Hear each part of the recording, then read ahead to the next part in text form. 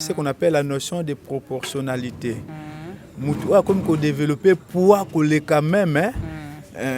taille naie koleka bendis nyonso ya nzoto nae donc a comme déjà obèse comme on n'a pas tombe la même likolo nae azokokate. Ce n'est pas pour rien même pour na bana mike bacha otobenga consultation prénatale na consultation préscolaire. Donc consultation préscolaire kolobete yambo mona banda kokende kelasi il faut que ndokutana na munganga na sanza bazotala ndenge nini azali kokola orienté yo pona to peso ba produit oyo ko dégraisser yo pe o reprendre poids na normal et kotambola pe mamukuse donc pona kosala activité physique comme moi problème et puis mutu andengolo komona même akomi na ba maladie articulaire okoka ba rhumatisme articulaire et comme chronique mais ceux qui ont informé moi na yo que eloko boye eza malamu te mwana kolanda.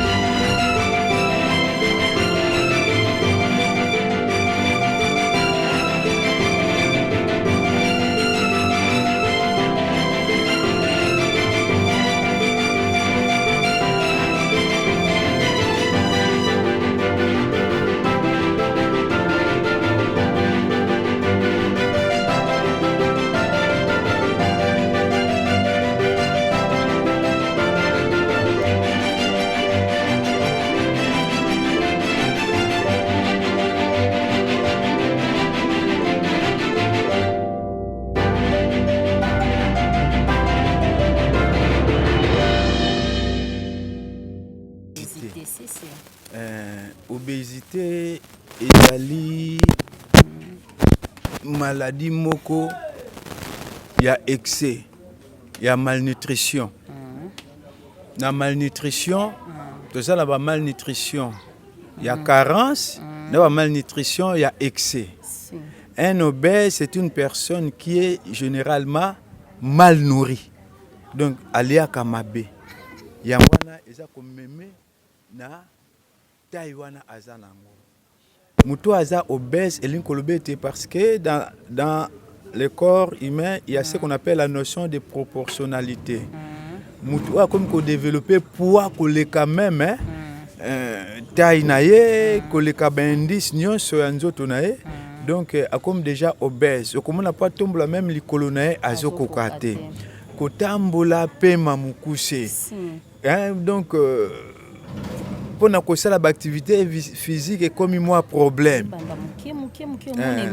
et puis mutu andengolo komona même akomi na ba maladie articulaire okoka ba rhumatisme articulaire et comme chronique okoka lobi makolo pasi mukongo pasi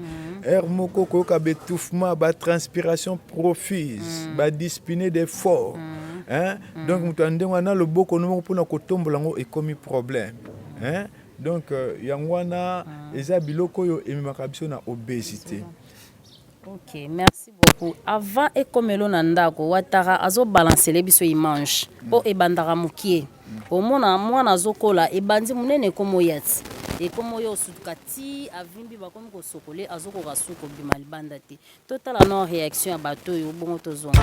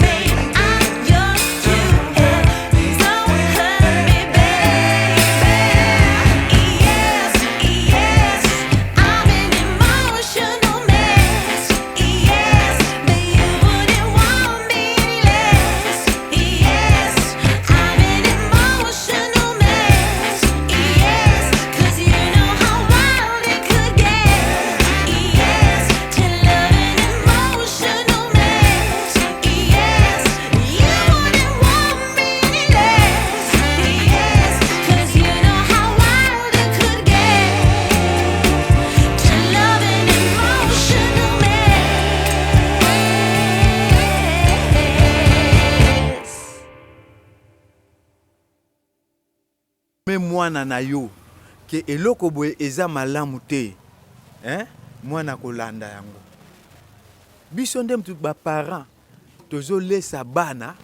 biloko yo ezo détruire bango. Mwana na ndaku akuta o deja mama olingaka na yo kwisi. Olingaka na yo mipanzi. Olingaka na yo babiloko ba vivre frais. Mais oyebite ke yango nde mtememelaka biso liwa. mais soki mwana aye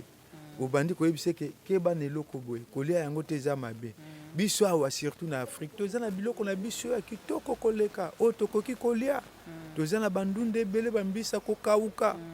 bapoisson de mer oyo eza nanu fraîche eza babio mais biso tolingi balexure non namona te moto akoti alimentation po akende kosomba swati ndunda or ke na basupermarché na biso bazoteka mpe balégume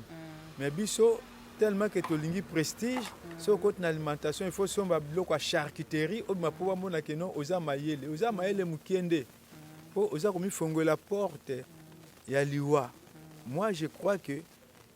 il faut éviter kolia babiloko oyo bavivre frais oyo na Angola kuna babengaka bafresh ko il faut koéviter kolia biloko wana eza malamu te mpo na santé et puis toza na culture moko awa bato babenga yango basoso ya mboka bani kolia basoso wana te bayoka yango zei parce que botyango na mutu mais soki eza nango bien préparé ekozala nango zei te biloko esengeli tokonsomaka mpenza yango wana oyo eza naturel nakanisi papa fils ozoyoka te papa fils. Ça va, merci beaucoup na papa Jean-Claude. Papa tokosina mambo etali balégume kweso moko uti koya awa balobi ngai mpona bana mibali eza mabe to eza malamu? Bon ngai eza légume eza aliment moko eza acide donc dire seulement mpona bana mibali eza penza mais consommation nango il faut kolia yango avec beaucoup de précautions eza na bato mosusu bazalaka na problème ya acide mpona korenforcer bakolia baaliment moko bakosoumettre bango na aliment moko acide mpona koéquilibre mais oyo mpenza boza na problème ya hyperacidité il faut koéviter yango mpo ekoki kopesa baproblème ya ndenge tolobaka baproblème ya bagastrite ya bahyperacidité et puis ndenge toyebi toke en passant pa bapapa allez-y comprendre mo etiaka mwa bolembu même etiaka même mwa bamigraine donc voilà en gros mais soko olingi olamba yango il faut koluka mpenza ata soki okamolima operdre presque nyonso tokomolia kaka matiti mais soko otie parce que soki eza acide faut kosangisango soit na baaliment moko eza basique entre autres lokola mwa baaubergine baaubergine wana eza basique alors ekoneutralize acidité nango wana tu peux consommer ça donc moi je crois que soki nayebi te soki nayanoli malamu to te. Vraiment merci oyanoli malamu papa na biso tokomi na biso koshite mpo oyebisi biso ozokende mosala papa.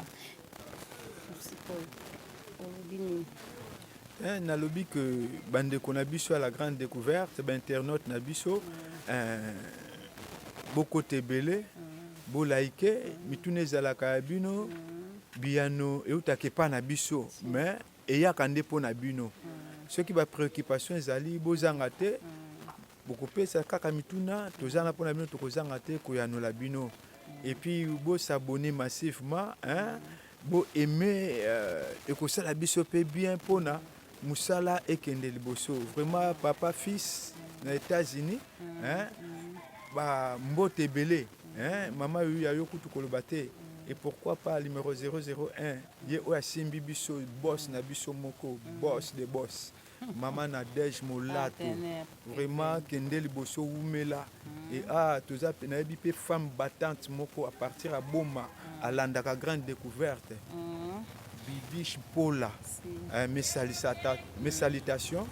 et Nadège Manueno vraiment esthéticienne à solo au penza au soutenaka biso na tant sur na moi transport vraiment pambola maumela parce que ndenge na komi aye penza mta financer transport nanga tant na betel so que na que ça l'émission ya bino papa ko kene mbangu teleka ya kozwa transport na yo vraiment nzambe azongisela ebele Nadège Mola Manueno talaka kaka donc ye penza za partenaire parce que soka ok émission donc ceux qui transport ezangi akoloba keno papa ya kozwa transport donc vraiment nzamba zong c'est belé et puis ceux qui papa na yo azalaka kofungwana te mbe pe oyambaka biso te ndenge président G7 oyambaka biso bakuku baku chapeau nzamba salo ba bien et maman Mado yamba yanga bambote yango pe umela et mes remerciements na ye moko réalisateur na biso oyo sala ke tokota na bachombo na bino pe to rejoindre bino bi place wapi bozwami ezali Ouattara le vrai petit et pourquoi pas toi-même BMD. Vraiment merci beaucoup, merci na maman Nadège na ba donc ozo soutenir papa na biso en tout cas merci nzamba ko kisa posa motema na yo na mbala sima ba question César déjà de préparer to lobela application naturelle diamba to kuta na mamba diamba po diamba eza naturel yo mto mela diamba zala wana donc tinda penza o ayo po ba contre ba msuba contre ba msuba za po wana na flasher fo pesa posa na mbala sima en tout cas merci to kuta ni mbala sima bye.